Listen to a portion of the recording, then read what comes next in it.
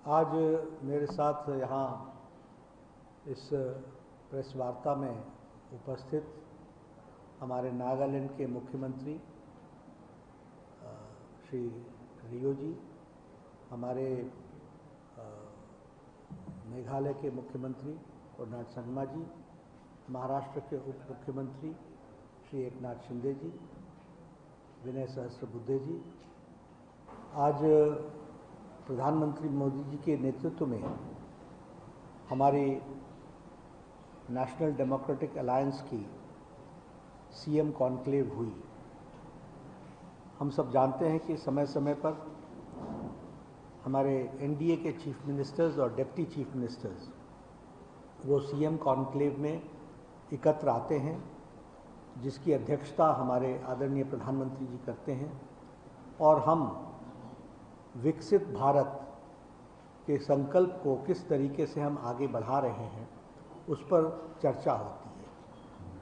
इस बैठक में हमारे 20 मुख्यमंत्री और 18 डिप्टी चीफ मिनिस्टर्स ये उपस्थित रहे। इस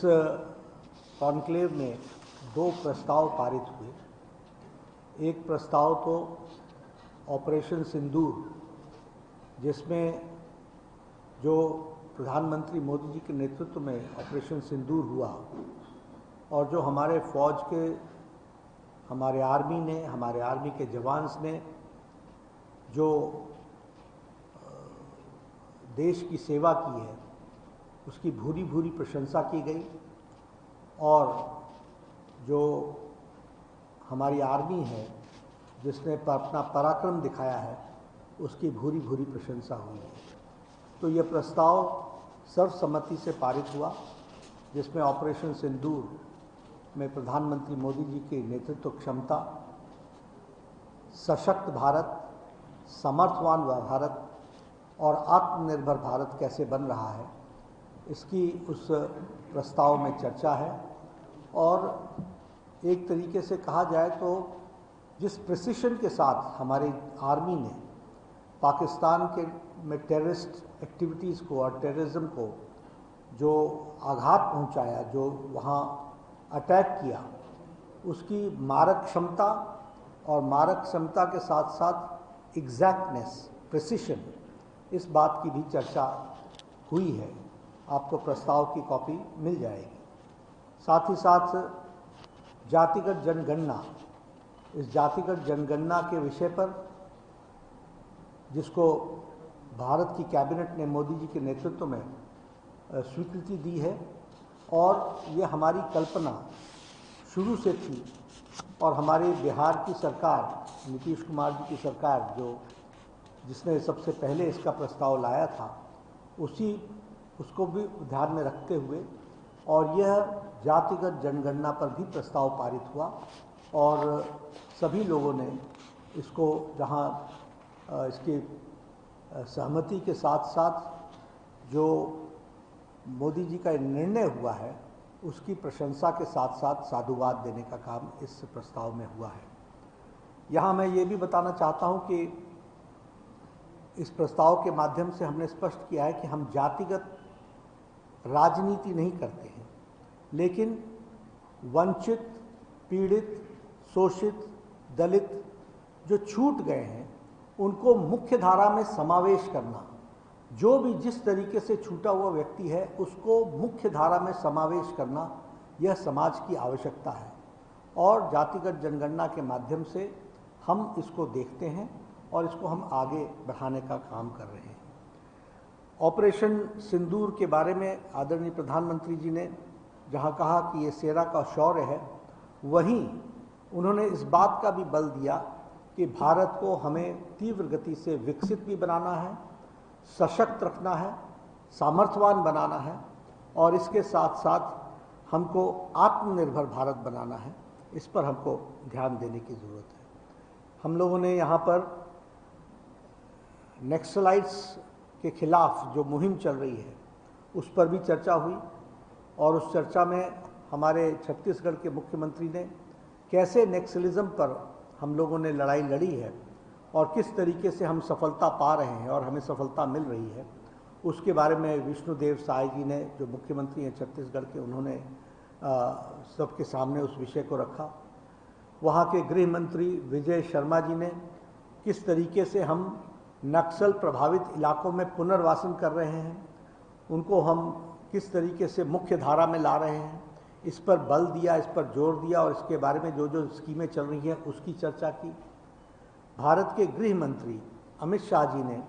जो रणनीति रही है उस पर भी चर्चा की और उन्होंने हमारा मार्गदर्शन किया और सभी चीफ मिनिस्टर्स और डिप्टी चीफ मिनिस्टर्स को अवगत कराया कि किस तरीके से इसको हमने परास्त करने में अपनी ताकत लगाई है। जो ऑपरेशन सिंदूर पारित हुआ उसको राजस्थान के मुख्यमंत्री श्री भजनलाल शर्मा ने प्रस्तावक के रूप में रखा था और एकनाथ शिंदे जी हमारे उप मुख्यमंत्री महाराष्ट्र, इन्होंने उसका अनुमोदन किया और सभी ने उसको सर्वसम्मति से पारित किया। उसी तरीके से जातिगत जनगणना के विषय पर जिसके भारत सरकार की प्रशंसा और उनका स्वागत हुआ, इस प्रस्ताव को हरियाणा के मुख्यमंत्री नायब सिंह सैनी जी ने रखा और इसका समर्थन हमारे deputy chief minister Andhra Pradesh के पवन कल्याण जी ने रखा। ये मैं आपके सामने बताना चाहता हूँ। आज हमारे विभिन्न प्रदेशों ने, वैसे तो सभी प्रदेशों ने बेस्ट प्रैक्टिसेस प्रशासन में किस तरीके से विकसित भारत को आगे बढ़ाने के लिए कौन कौन से नवाचार उपयोग में लाए हैं, कौन कौन सी नई बातों को एडमिनिस्ट्रेशन में जोड़ा है, उस पर यहाँ पर चर्चा हुई। हम लोगों ने ऐसे 7 बेस्ट प्रैक्टिसेस रखे थे। उन 7 बेस्ट प्रैक्टिसेस में जैसे बस्तर में ओलंपिक्स हुआ छत्तीसगढ़ में, तो वहाँ उसको विष्णुदेव साय जी ने रखा कि किस तरीके से बस्तर के लोगों को, ट्राइबल लोगों को हम उनकी संस्कृति और उनकी संस्कृति से निकलते हुए खेल, उनका खान पान, उनका कल्चर, उनका लिटरेचर, इन सारी चीज़ों का जो एक तरीके से बस्तर में जो ओलंपिक्स हुआ जिसमें इन सब चीज़ों का कंपटीशन हुआ, उसके बारे में उन्होंने डिटेल में बताया। उसी तरीके से जो बिहार के सूखे इलाके थे उनको वाटर के साथ, उनका वाटर कंजर्वेशन, जल संरक्षण, इस पर बिहार ने किस तरीके से काम किया है और जल जीवन हरियाली परियोजना और जल जीवन हरियाली अभियान, इसके बारे में सम्राट चौधरी जी ने इस विषय को रखा। उसी तरीके से ये जो बाल विवाह जिसके विरुद्ध एक कार्रवाई असम में हुई है चाइल्ड मैरिज के, उसके बारे में हेमंत बिस्वा शर्मा जी ने रखा और इसमें से ये भी निकला कि जो वहाँ पर अच्छे आउटकम्स निकले हैं वो आउटकम्स को स्टडी करने के लिए कोई स्टडी टूर भी ऑर्गेनाइज किया जाए और हमारे MLAs, हमारे नीति निर्धारक उन चीज़ों को समझने के लिए जाएंगे तो अच्छा रहेगा, ऐसा उसमें से इस बात को रखा गया। ये जो प्रधानमंत्री हर घर सूर्य योजना है, इस योजना के बारे में गुजरात ने बहुत अच्छा काम किया है। इसके बेस्ट प्रैक्टिसेस किस तरीके से आम आदमी को अब सौर हर घर बिजली योजना के माध्यम से वह न ही सिर्फ अपने घर की बिजली मुफ्त ले रहा है बल्कि इसके साथ साथ वह अब बिजली बेच भी रहा है, तो इसके बारे में भी बहुत डिटेल में चर्चा हुई और भूपेंद्र पटेल जी हमारे मुख्यमंत्री, उन्होंने उस विषय को रखा। कॉर्नाड संगमा जी ने बहुत अच्छा कार्यक्रम चलाया है। हमारे प्रधानमंत्री जी ने कहा था, we are responsive government, we are responsible government, we are accountable government, और इस पर हमको कुछ काम करना चाहिए। तो हमारे अपने कॉर्नाड संगमा जी ने CM कनेक्ट इस प्रोग्राम को लिया है और CM कनेक्ट के माध्यम से, इनका इलाका बहुत दूर दराज का फैला हुआ इलाका है और बहुत ही स्कैटर्ड है, तो वहाँ पर एडमिनिस्ट्रेशन कैसे रिस्पॉन्सिबल हो सकता है, कैसे रिस्पॉन्सिव हो सकता है, कैसे अकाउंटेबल हो सकता है, उसका एक बहुत अच्छा इन्होंने प्रेजेंटेशन दिया। एक मूवी भी दिखाई उसकी, और उसमें से एक बात निकली कि हमारे सभी CMs को किस तरीके से अकाउंटेबिलिटी को और बढ़ाया जा सकता है, एडमिनिस्ट्रेशन में जोड़ने का ये विषय आया। हमारे उत्तराखंड के मुख्यमंत्री पुष्कर सिंह धामी जी ने common civil code, uniform civil code जो वहाँ लागू किया गया, उसके बारे में उन्होंने विस्तृत प्रेजेंटेशन की। क्या क्या स्टेप्स लिए गए यूनिफॉर्म सिविल कोड को लागू करने में, क्या क्या उसमें से बॉटलनेक्स को दूर किया गया, और किस तरीके से आज कॉमन सिविल कोड उत्तराखंड में लागू है और किस तरीके से सबको वो मुख्य धारा में शामिल कर रहा है, इस बात को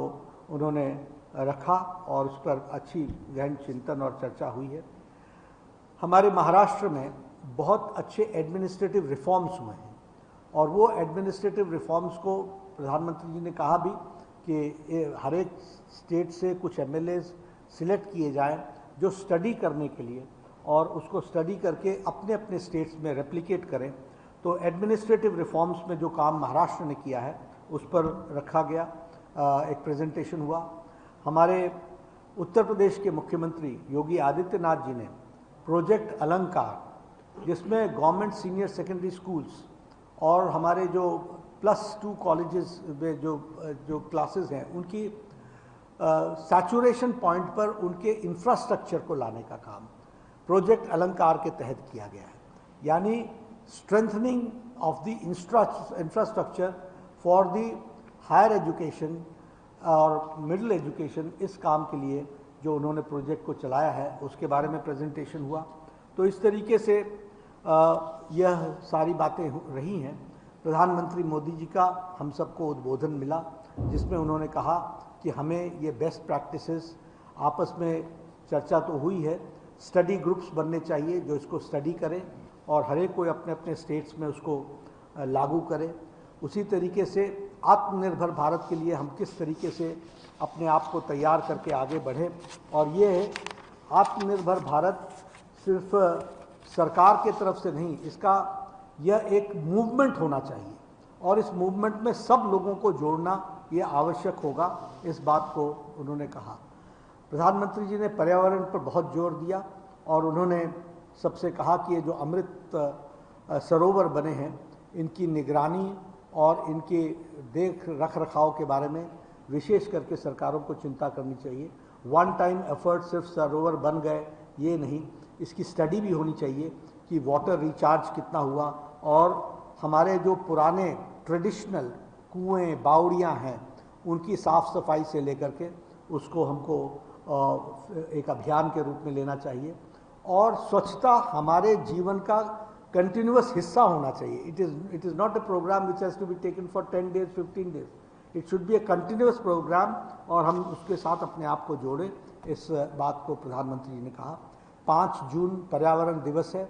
तो प्रधानमंत्री जी ने आह्वान किया कि उसके दृष्टि से हमारी रिस्पेक्टिव स्टेट गवर्नमेंट्स कुछ नवीनतम कार्यक्रम सोचें और वो नवीनतम कार्यक्रम अपने अपने प्रदेश में दें, इस बात को कहा गया। साथ ही साथ अभी 9 जून को प्रधानमंत्री मोदी जी के नेतृत्व में चलने वाली एनडीए की सरकार के 11 साल पूरे हो रहे हैं। इसलिए एनडीए के सभी मुख्यमंत्री किस तरीके से 11वें साल को मनाएंगे और उसमें हमारे किस तरीके से हमारे कार्यक्रम बनेंगे और 11 साल में किस तरीके से भारत ने विकास में एक लंबी छलांग लगाई है, ये भारत की जनता तक इसको अवगत कराना ये हमारी जिम्मेवारी रहेगी। तो इस पर सीरीज़ ऑफ प्रोग्राम्स आएंगे, वो सीरीज़ ऑफ प्रोग्राम्स के लिए एक छोटी समिति बनेगी जो उसको चर्चा करेगी। तो पहले 5 जून, फिर 9 जून और 9 जून के बाद 21 जून इंटरनेशनल योगा दिवस, वह भी 10 साल पूरे कर रहा है अपना। 2015 में अंतर्राष्ट्रीय योगा दिवस का पहला अवसर आया था 21 जून को, अब उसके 10 साल पूरे हो रहे हैं। तो उसके लिए एनडीए के छोटा ग्रुप मिल करके उसको तय करेगा और हम इसको, ये कार्यक्रम किसी सरकार का कार्यक्रम नहीं, ये समाज का कार्यक्रम है, ये देश का कार्यक्रम है, ये दुनिया का कार्यक्रम है। इसलिए इसको किस तरीके से ज़्यादा लोगों को इसमें समावेश किया जा सके, इस बात को जोड़ा जाएगा। और इसके साथ 25-26 जून को इमरजेंसी के 50 साल पूरे हो रहे हैं, तो वह भी एनडीए उसको भी जनता को उजागर करेगा कि किन लोगों ने प्रजातंत्र का गला घोटने का, डेमोक्रेसी को क्रश करने का, डेमोक्रेसी को थ्रॉटल करने का कुत्सित प्रयास किया, इसको भी हम जनता तक बताएंगे। आज 50 साल पूरे हो रहे हैं, 25 जून को 50 साल पूरे हो जाएंगे। तो यह भी जो डेमोक्रेसी को थ्रॉटल करने की, इस वाइब्रेंट डेमोक्रेसी को जो प्रयास हुआ था, वह भी हम जनता के बीच में ले जाएंगे। तो ऐसे 4 कार्यक्रमों के बारे में ब्रॉडली चर्चा हुई है। माइन्यूटली इन सब चीज़ों पर जो हमारे सब ग्रुप्स हैं वो चर्चा करके इस प्रोग्राम को एक उसके डिटेल्स वर्कआउट करके ये प्रोग्राम दिया जाएगा। ऐसी चर्चा आज रही है। और प्रधानमंत्री मोदी जी ने जो बातें कल उन्होंने कहा था कि हम टीम इंडिया के रूप में काम करें, वैसे ही एनडीए के सभी चीफ मिनिस्टर्स और डिप्टी चीफ मिनिस्टर्स विकसित भारत के संकल्प को पूरा करने के लिए पूरी ताकत से एकजुट होकर के, पूरी ताकत के साथ एकजुट होकर के और पूरी सिनर्जी के साथ इस विकास यात्रा को आगे बढ़ाए, विकसित भारत की ओर ले जाए, इस बात का आह्वान उन्होंने किया। ये आज की बैठक के आउटकम्स रहे। We'll give you the details of the. 2 resolutions were passed. One was about the Operation Sindoor, where it was unanimously everybody congratulated Honorable Prime Minister for the leadership he took, the lead he took, and the operation and the success of Operation Sindoor. And at the same time, we were all in praise for the Indian Army, the work which they have done with precision and the valor they have shown and the accuracy they have shown. That is there in the resolution. The resolution number 2 is about the caste census, which has been decided by the Union Cabinet led by Prime Minister Modi, and now the details of it which we have to follow and what modalities have to be taken. And at the same time, we are of the opinion that we don't believe in caste politics, but we believe that those who have been left out, those who are the marginal section of the society, they should be brought to the mainstream, and for that caste census is an essential part. धन्यवाद।